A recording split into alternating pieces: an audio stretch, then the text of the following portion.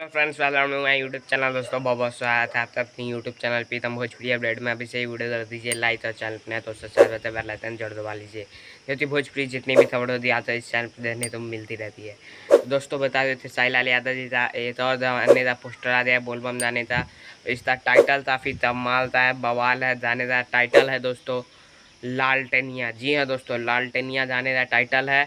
और बताया जा रहा है कि ये बोलबम का सबसे बड़ा गाना होने वाला है। साई लाल यादव जी का इस साल था, तो देखते हैं क्या होता है। और ये गाना आदि सती फिल्म से बहुत जल्द आपको देखने को मिलेगा। बहुत लोग तो चाह रहे हैं ये आज ही रिलीज होने वाला है। 34 कल पोस्टर कल रात में ही शेयर हुआ, और लोग ये भी कह रहे हैं कि जो कल रात में शेयर होता है आदि सती से एक दिन पहले जो शेयर होता है वो कल होते रिलीज हो जाता है। तो नहीं, ये सही भी है 100%, और नहीं भी, क्योंकि कमिंग सून सबने लिखा है और सबने लिखा है तैयार है, जल्द धमाका होता।